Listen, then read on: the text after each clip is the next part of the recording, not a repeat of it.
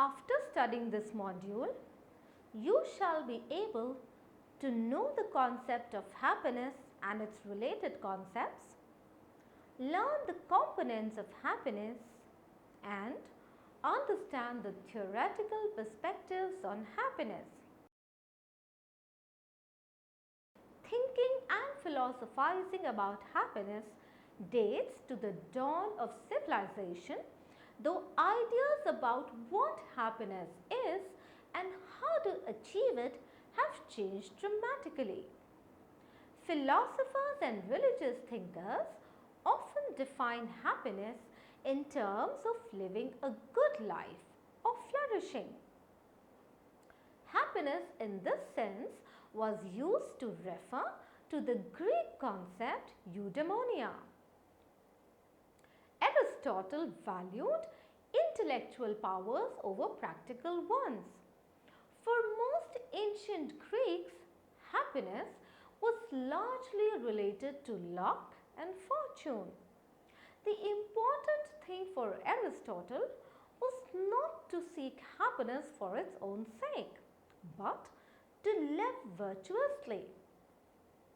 Epicurus and his followers considered happiness to be the presence of pleasure and the absence of pain. Later, in the Middle Ages, the issue focused on one's relationship to God, but Enlightenment thinkers in the 17th and 18th centuries saw it more as a self-evident truth to be pursued and obtained in the here and now. Indeed, in 1776, America's founding fathers declared the pursuit of happiness to be one of man's unalienable rights apart from life and liberty. In the 19th century, Matty noted, British utilitarians like John Stuart Mill sought to define and measure the value of actions by how much happiness they produce and the quality of that happiness, also how it was distributed throughout society. It is better to be a human being dissatisfied than a pig satisfied, Mill famously said. Matty further explained Mill's reasoning. The greater the quantity of happiness spread most widely over the population that the action produces, the better the action is. Ed Diener aggregated data from 916 surveys of happiness, life satisfaction and subjective well-being over 1 million people in 45 nations. He found out that the average person is moderately happy. Understanding and facilitating happiness and subjective well-being is the central objective of positive psychology according to Seligman. Happiness and well-being in this context refer to both positive feelings such as joy or serenity and to positive states such as those involving flow or absorption. Positive psychology focuses on understanding and explaining happiness and subjective well-being and ascertaining factors that influence happiness. Positive psychology is concerned with enhancing subjective well-being and happiness rather than providing remedies for deficits. Thus, positive psychology complements rather than replaces traditional clinical psychology. Happiness is commonly understood as how much one likes the life one lives, or the degree to which one evaluates one's life as a whole positively. A central element in this definition is subjective evaluation or liking of life, also referred to as satisfaction with life. These words refer to a mental state but leave some ambiguity about the precise nature of that state. When used in a broad sense, the word happiness is synonymous with quality of life or well-being. The question, what is happiness, has no straightforward answer, as the meaning of the question itself is unclear and ambiguous. The word happiness is therefore used in reference to different meanings that are often mixed up. Therefore, a review of the various definitions about the concept of happiness is as follows. Let us look at the affective definition. According to Westman and Riggs in 1966, happiness appears as an overall evaluation of the quality of the individual's own experience in the conduct of his vital affairs. As such, happiness represents a conception abstracted from the flux of affective life, indicating a decided balance of positive affectivity over long periods of time. The cognitive definition. Happiness is also defined as a cognitive phenomenon. In that vein, McDowell and Newell describe life satisfaction as a personal assessment of one's condition compared to an external reference standard or to one's aspirations. Several definitions combine one or more of such elements to define happiness. Diener defines subjective well-being as being satisfied with life, that is attitude, while feeling good, which is affect, in his own words. Thus, a person is said to have high subjective well-being if she or he experiences life satisfaction and frequent joy, and only infrequently experiences unpleasant emotions such as sadness or anger. Contrariwise, a person is said to have low subjective well-being if she or he is dissatisfied with life, experiences little joy and affection, and frequently feels negative emotions such as anger or anxiety. Let us now look at the related concepts of happiness. Well-being. Well-being is a dynamic concept that includes subjective, social and psychological dimensions as well as health-related behaviors. Psychological well-being, social well-being and health-related quality of life are constructs which are related to but distinct from subjective well-being. Psychological well-being refers to the achievement of one's full psychological potential. The construct is central to the humanistic tradition. Professor Carol Riff is the leading researcher in this area. The Riff scales of psychological well-being is a theoretically grounded instrument that specifically focuses on measuring multiple facets of psychological well-being according to Riff and Keyes. These facets include the following: autonomy, environmental mastery, personal growth, positive relations with others, purpose in life, self-acceptance, etc. Keyes et al. In 2002, in a factor analytic study involving over 3,000 Americans aged 25 to 74 years, found that psychological well-being and subjective well-being were related but distinct constructs which correlated differentially with socio-demographic variables and personality. Social well-being refers to positive states associated with optimal functioning within one's social network and community. It refers to an end state in which basic human needs are met and people are able to coexist peacefully in communities with opportunities for advancement. This end state is characterized by equal access to and delivery of basic needs services such as water, food, shelter, health services, provision of primary and secondary education, and the restoration of social fabric and community life. Quality of life. When used in a broad sense, the word quality of life or well-being is synonymous with happiness. In this meaning, it denotes that life is good, but does not specify what is good about life. Quality of life is a far broader construct than subjective well-being.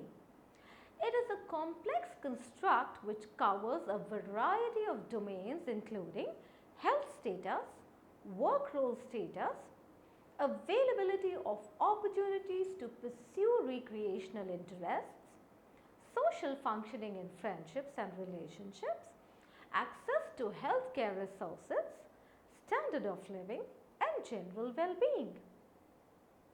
Subjective well-being. Subjective perceptions of well-being have three components. A cognitive component, which is often described as life satisfaction, and positive and negative affect.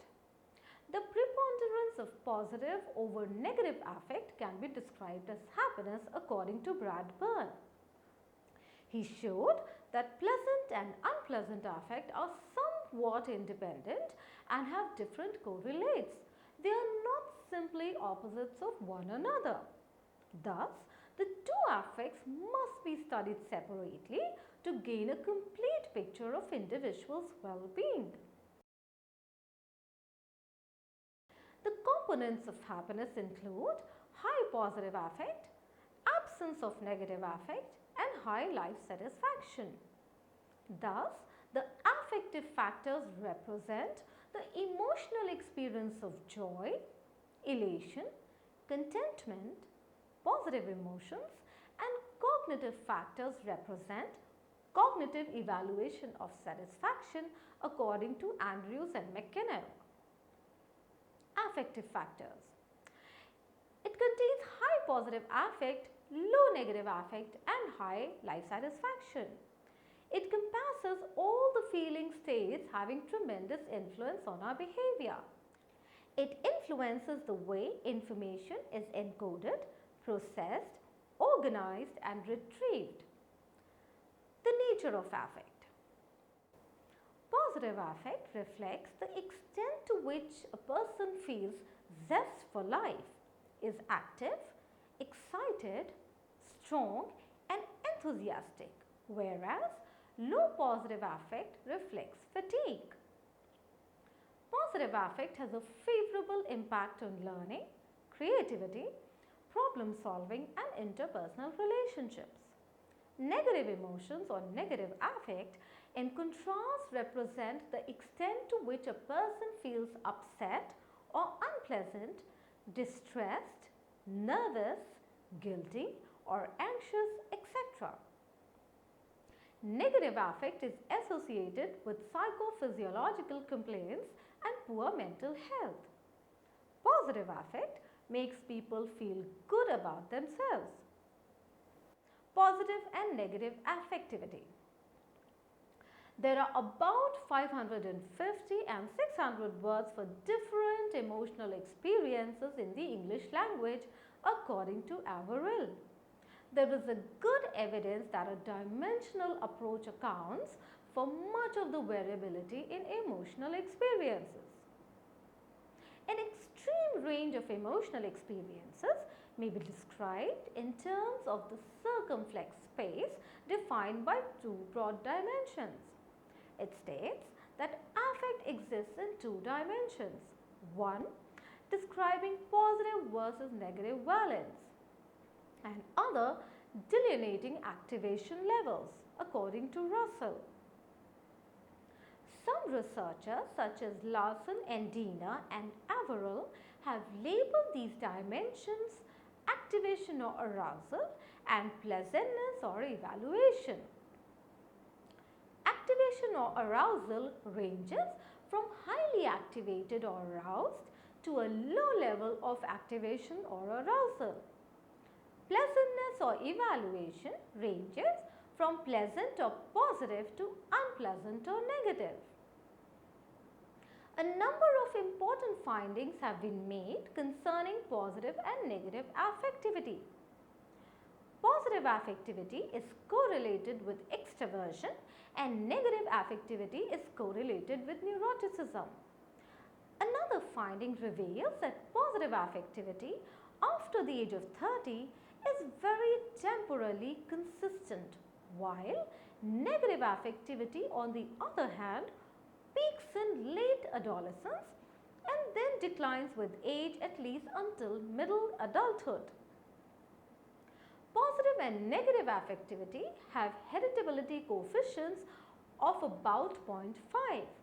However, environmental influences can improve positive affectivity. Both positive and negative affectivity represent the experiential components of neurobiological systems that evolve to address different evolutionary tasks. Positive affectivity is associated with regular physical activity, adequate sleep, regular socializing with close friends, and striving for valued goals rather than attaining them.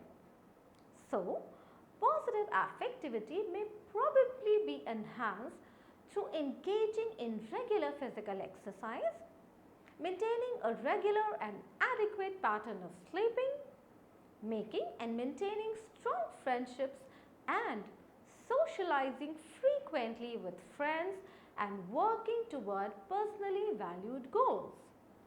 Cognitive factors. Tatrikovitz stated that happiness requires total satisfaction, that is, satisfaction with life as a whole.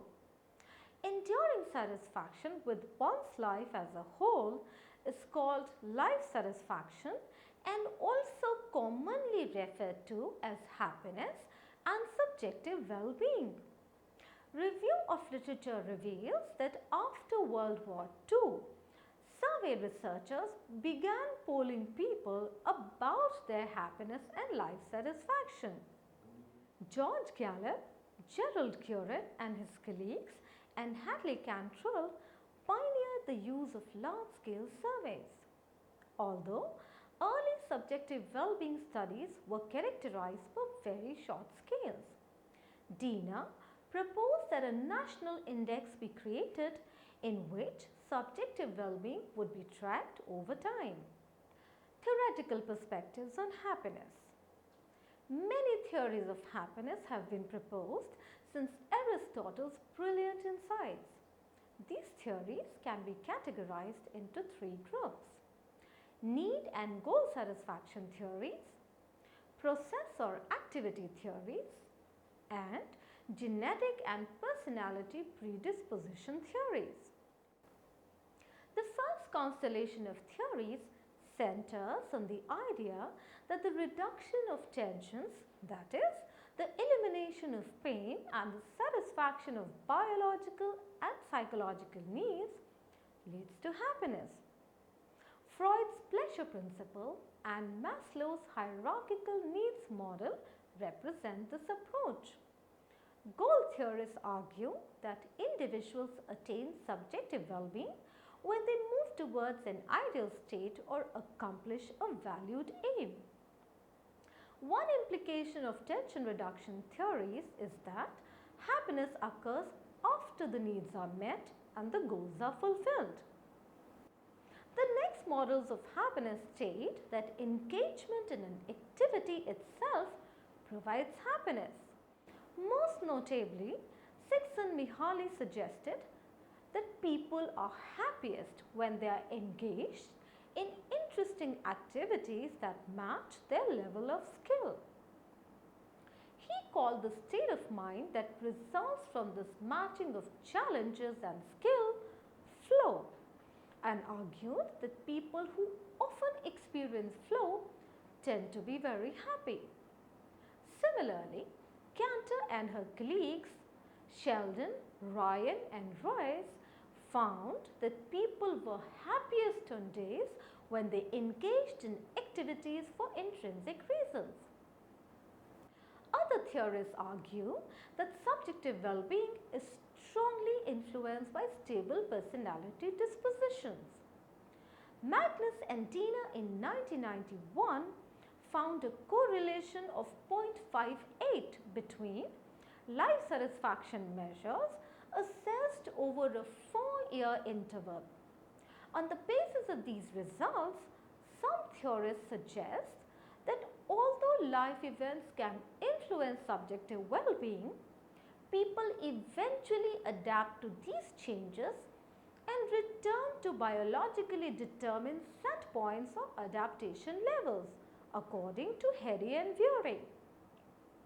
One reason for the stability and consistency of subjective well-being is that there is a substantial genetic component to it.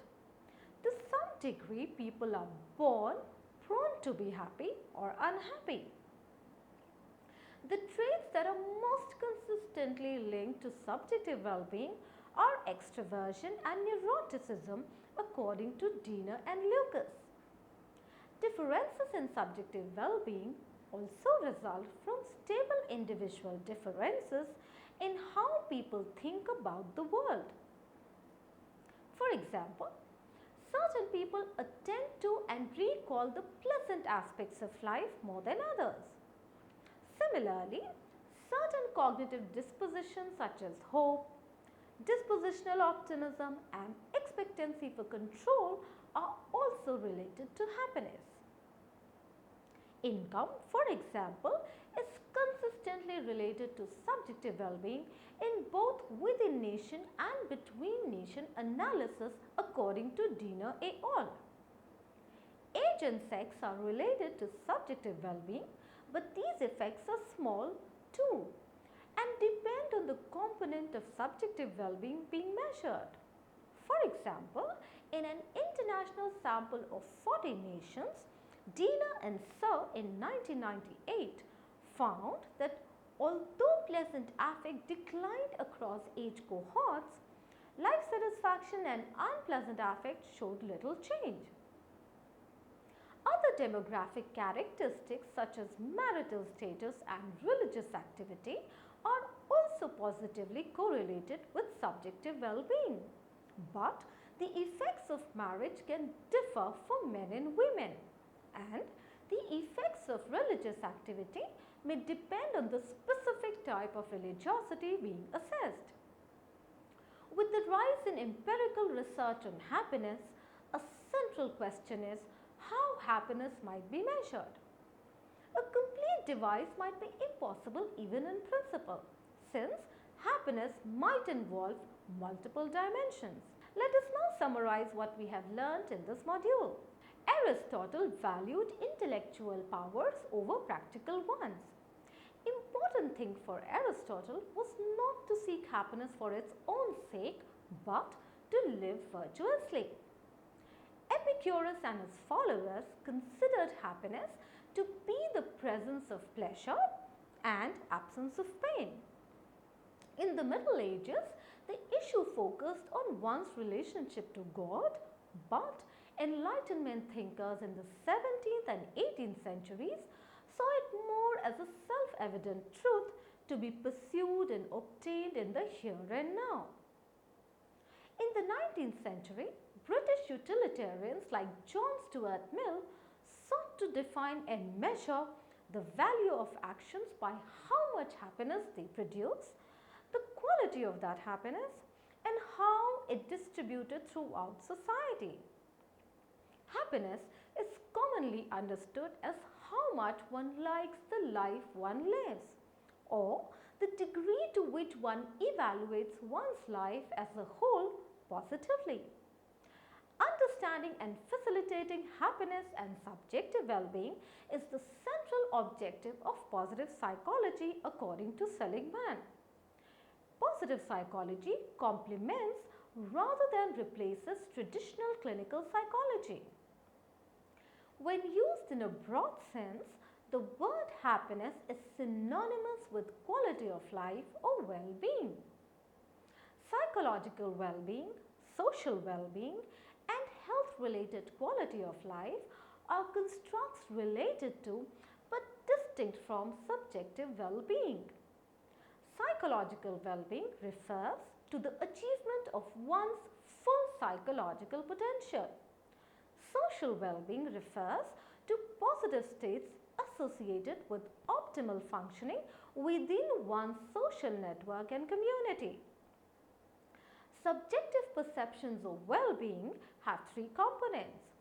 A cognitive component, often described as life satisfaction, and positive and negative affect according to Diener. The preponderance of positive over negative affect can be described as happiness according to Bradburn. Positive affect reflects the extent to which a person is feeling zest for life, is active, excited, strong and enthusiastic. Negative affect is associated with psychophysiological complaints and poor mental health.